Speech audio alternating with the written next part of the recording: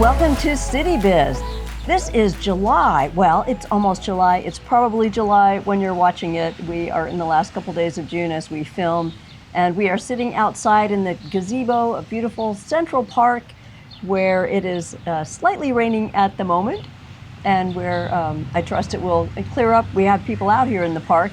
Hey, have you, as we go along through our busy days, we might once in a while stop and think that there are people, Michael is one of them, who attend city council meetings and make decisions that affect our city and affect the place where we live. So this is CityBiz. I'm your host, Melinda Arndt, public citizen, I don't know about number one, just public citizen.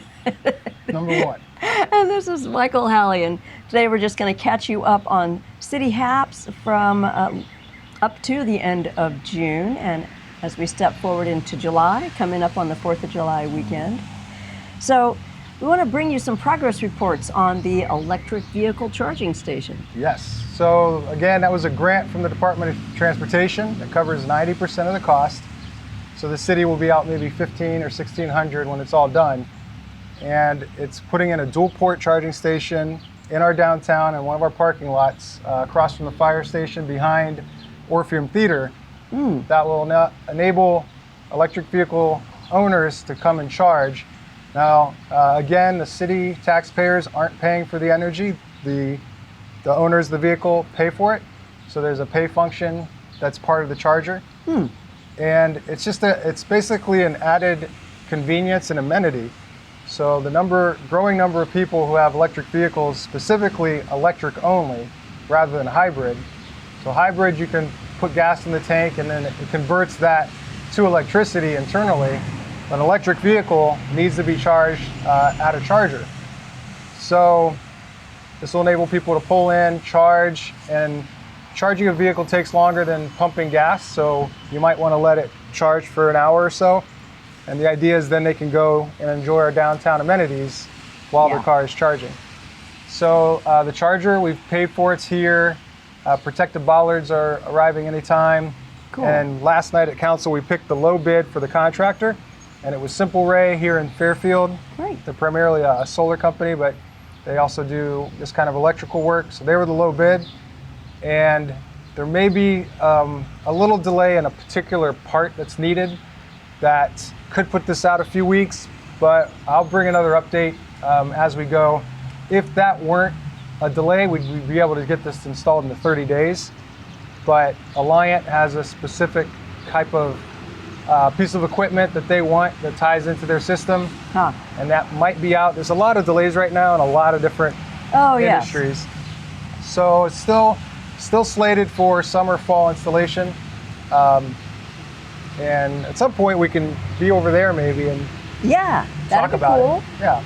So more on that later, but it's coming along nicely. Well, more on that while we still have plenty of sunny days ahead. Yep. So, although solar vehicles drive in all weathers, but still, seems like a good tie-in. Yeah, it'll be nice. Well, the parking lot looks nice in the summer with the trees and such. It'll be a nice addition. So we'll get out there sometime this year. And that, supply chain, which anybody who's ordering anything online, or if you're involved in a business that relies on supplies, we've all been experiencing that for well over a year. Kind of segues into our next topic, although it's a little abstract at this point. Project timeline considerations. All right, so this is just an overview of how projects typically work, because some city staff have gotten some pushback from people. If your street is being reconstructed, sometimes there are delays because of weather. So any construction project that's outdoor, especially one that involves pouring cement, it very much depends on the weather. When you're pouring a new street, it's not that the cement getting rained on is a problem. That actually isn't really a problem. It's the sub-base. It's the base underneath. It has to be a certain dryness, or else the longevity of that street will be severely shortened. So typically when a project is mostly done or almost entirely done, the city council deems it substantially complete. But it doesn't get final completion until every punch list item is done. And a lot of times the last thing to be done is reseeding. So any work where they've dug up the right-of-way to put in water or sewer lines, or they've dug things up to put a street in or a sidewalk. Part of the project is that the contractor is responsible for reseeding the grass in that area. Now, certain times of year are better for reseeding than others. Obviously, winter's no good. Yeah. Spring is good, the middle of summer is not good, and then fall works as well. So we might have some projects that are substantially complete where a road is usable, but we're going to hold off that final payment until the reseeding has been done and established. So again, obviously the contractors in the city want to finish work as soon as possible, Yeah. but there's so many factors in outdoor work. So I know like Carpenter Avenue repaving got delayed because of all this rain we've been having. Yeah, yeah. It's been a very wet June, and now they're working and getting it done, but I saw him there this morning. And in fact, this is why we have CityBiz, because people like me or like you driving around like, oh yeah, I go by that street almost every day. When is it ever going to be done? Yep. Or what still remains to be done? And some of it has to do with the new sewer laying, and some of it is just repaving projects like Carpenter. Merrill came first, Yep. and then Carpenter. But it's a good reminder also about the reseeding, because we might think, man, the street you can use, but the road looks, it doesn't look Yeah. good on the side. But that's yep. So that comes when weather permits. But it is deemed a portion of the project, so the city is not going to let a contractor walk away with a real dirty, muddy. Yeah, muddy grass area. They got to replant that. All right. Well, thanks. Nice to know about those project timeline considerations. And along those lines, this is ongoing. We've mentioned this on some previous editions. New Firehouse and what is happening with the task force and touring sites or a site. Well, they toured all 3 buildings. So there are 2 buildings at the former DOT site on Briggs, and then obviously there's the existing fire station. And what the contractor, the inspector that the city hired looked at was asbestos and code compliance.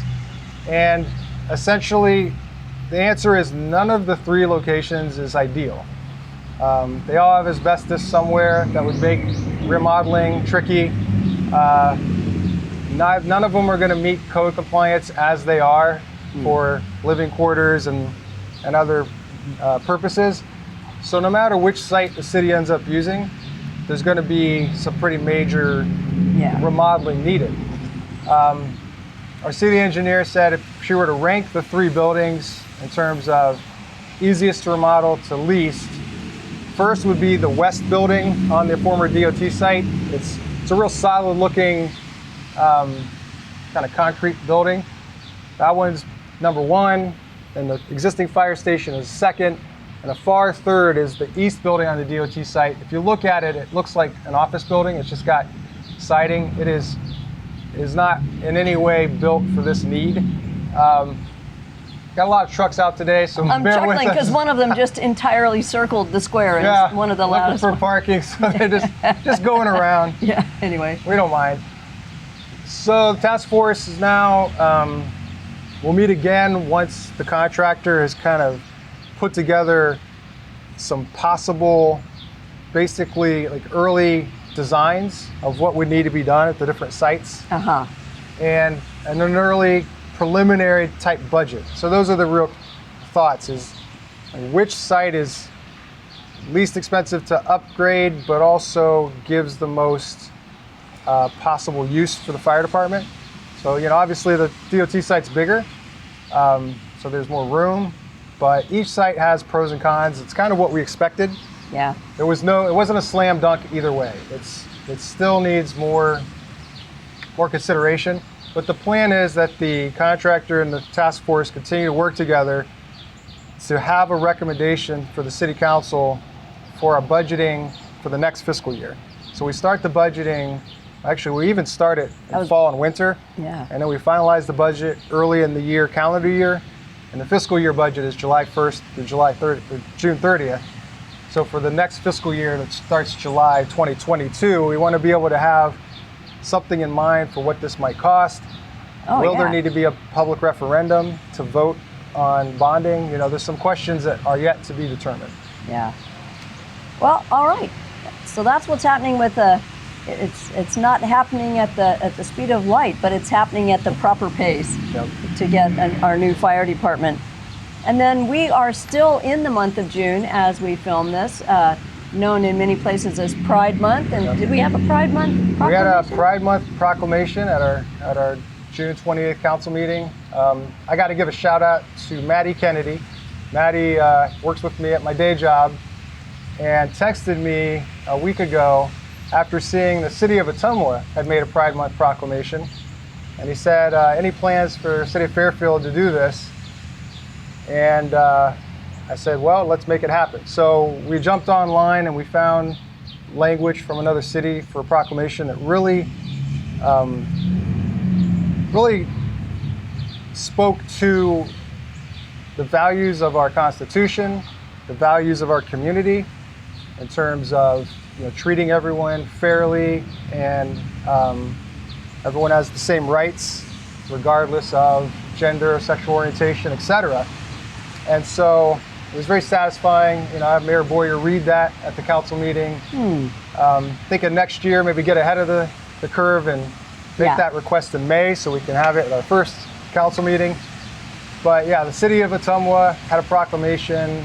City of Des Moines is doing events. City of Iowa City has yard signs that say Pride that they give out at City Hall. So we're not the only community that has done something to honor the month. We just want to make it clear that our LGBTQ plus citizens we're proud of you. We see you, we accept you, and we're proud of you. So that was what that was all about. I'm glad we did that myself. We have family members. We probably all have friends and family members who are now less afraid to be who they are, which is, lovely. And we are just being who we are here on CityBiz. Melinda Arndt, Michael Halley. We will have sunnier days in future. Well, who am I? I'm not a soothsayer. Maybe it'll be rainy every time we film these. In which case, we'll be here until the weather gets too cold. But can I give a quick update? Since we're on Central Park and we have a little time, real quick update. The Central Park Table project is almost ready. We just needed to get some funds for the brick pavers. Yeah.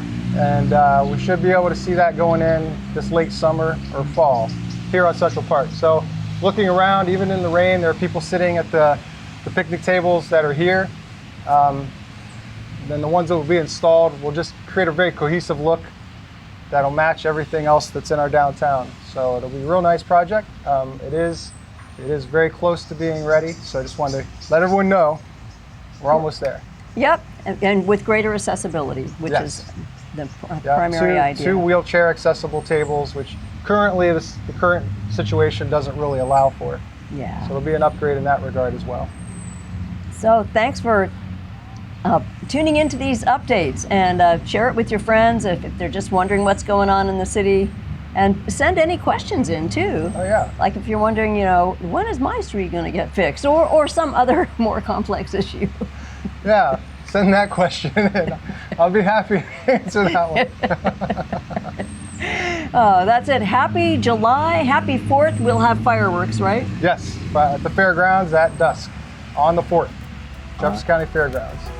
Right. See you there, and see you next time on CityBiz.